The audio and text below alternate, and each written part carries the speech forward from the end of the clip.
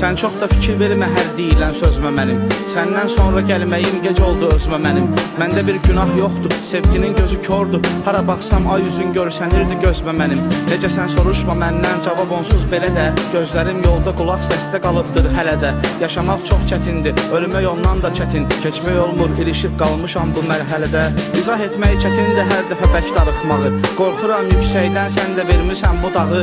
Mən səni ömrümə sahibliyə layiq bildim. Sən gəlib indi olmusan xəyalların qonağı. Səndən sonra gedib başqa əlləri tutmadım. Ya da öz qəlbimi bir başqasında ovutmadım. Hər şeyi silib atmaq asan deyil, olmur inan. Mən səni unutmadım, mən səni unutmadım.